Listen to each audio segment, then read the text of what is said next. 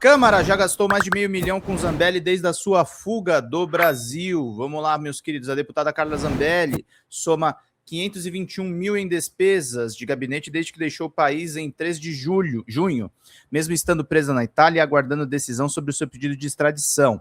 Embora ausente, ela mantém 12 funcionários ativos, pagos com recursos públicos, e as informações são do portal UOL.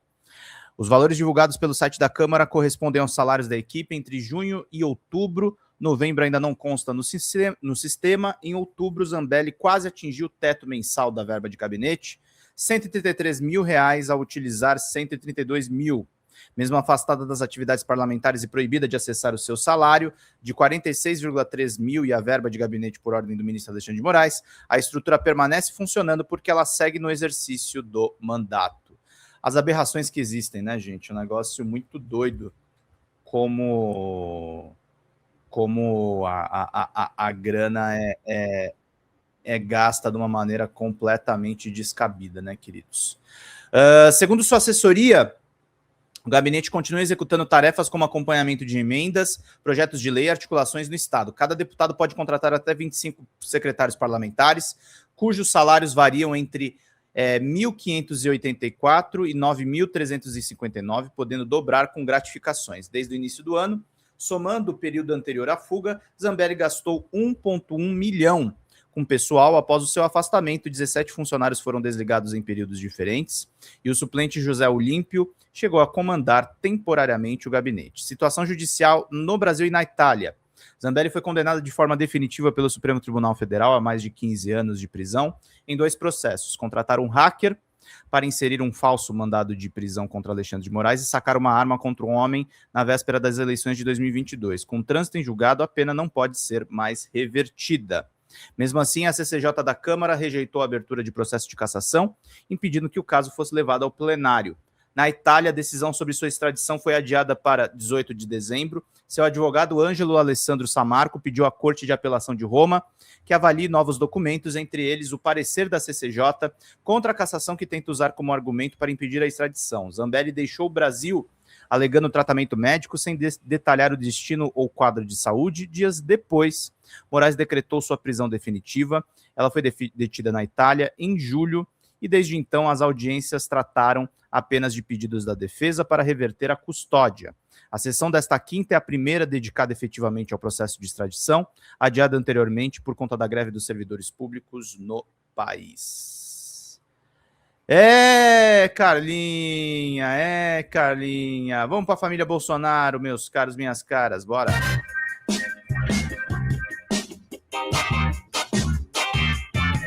Vamos chamar a Daniela Lima que contou sobre a vitória da Michelle, e depois a gente traz o Eduardo falando um pouquinho, Paulo Figueiredo, sobre quem vai ser o candidato da direita, como é que eles estão vendo isso, que todo dia agora é o que sobrou para eles, né? O Eduardo e o baixinho da Kaiser ontem tiveram que escrever um tweet falando que o governo Trump está se dando muito bem com o Lula e supostamente eles estão torcendo para que seja feito um acordo aí que beneficie o Brasil também, né?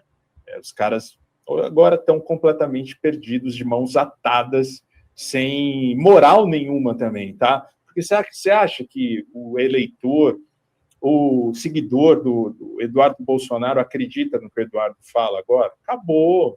Não tem mais, nunca teve, pra gente nunca teve credibilidade nenhuma, mas a pouca credibilidade que ele tinha ainda com o eleitor dele acabou depois de tudo que ele fez.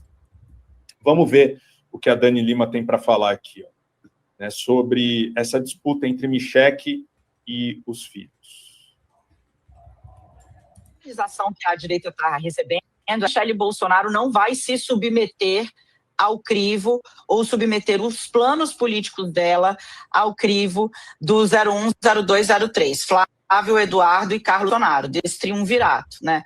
Ela se assenhorou das posições dela e fez valer. Ontem ela deu um checkmate nos filhos do ex-presidente, travação com o Ciro Gomes.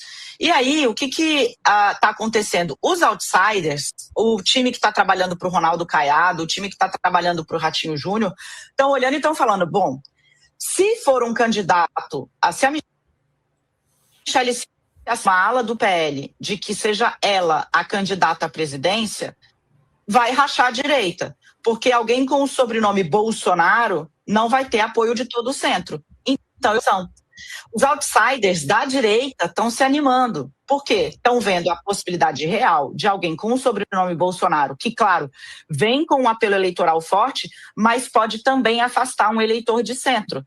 E aí, o que os times, os conselheiros de Ratinho Júnior e Ronaldo Caiado estão dizendo? Isso é uma oportunidade, porque aí você puxa o eleitorado onde ela vai ficar mais nichada ao bolsonarismo raiz.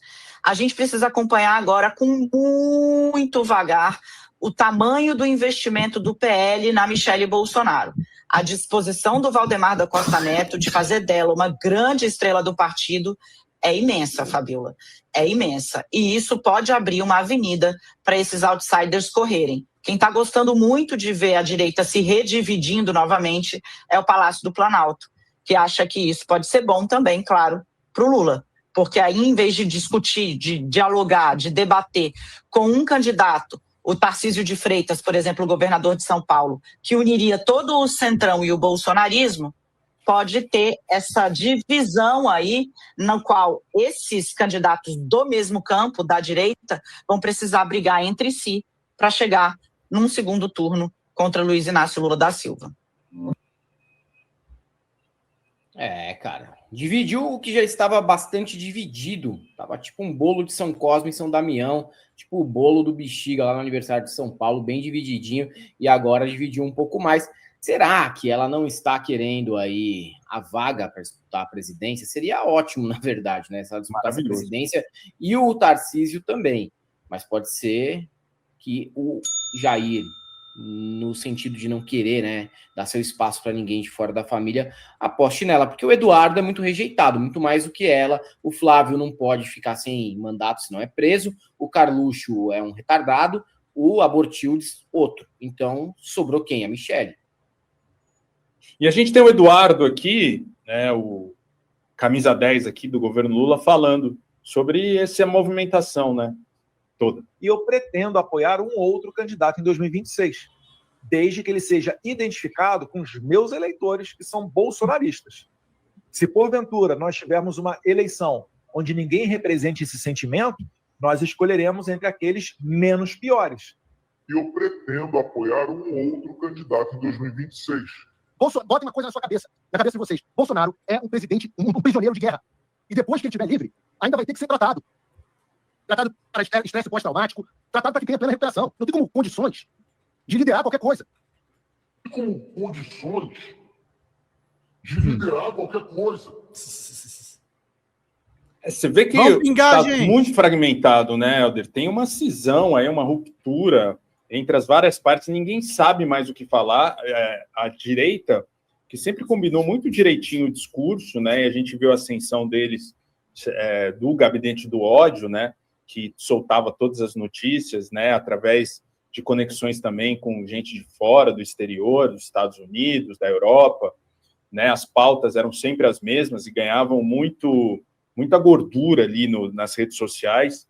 Né, agora está completamente fragmentado, cada um tem um discurso, né, isso está fazendo com que a direita se fragmente cada vez mais e que você não sabe, nem a direita sabe, nem o Valdemar sabe quem vai ser o candidato a presidente do centrão, da extrema-direita, se vão ser 3 candidatos, se vai ser um candidato, se vai ser a Michele, se vai ser...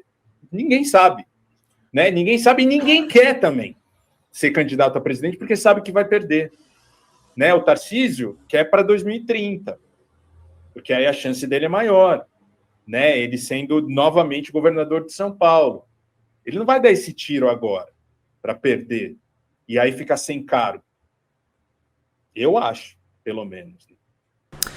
Fala, galera da Folha TV, não se esquece de se inscrever aqui no nosso canal para assistir programas como Folha Notícias Manhã, Folha Notícias Noite, o nosso Folha Entrevista e o nosso Barzinho das Meninas. Muitas coisas bacanas a gente acompanha por aqui e a gente precisa muito, muito do apoio de vocês para nosso trabalho jornalístico, investigativo, de curadoria de conteúdo, com vocês ajudando no nosso Pix, folhademocrata@gmail.com, ou mandando superchats, valeu demais, e os recursos financeiros, tornando-se membro do nosso canal, no nosso curso de jornalismo básico, para você ficar muito bem informado a respeito de tudo. Queridos e queridas, muito obrigado pela presença de todos vocês. Vida longa e próspera. Cuidem-se, cuidem dos seus, e não esquece de se inscrever aqui na Folha TV. Até mais!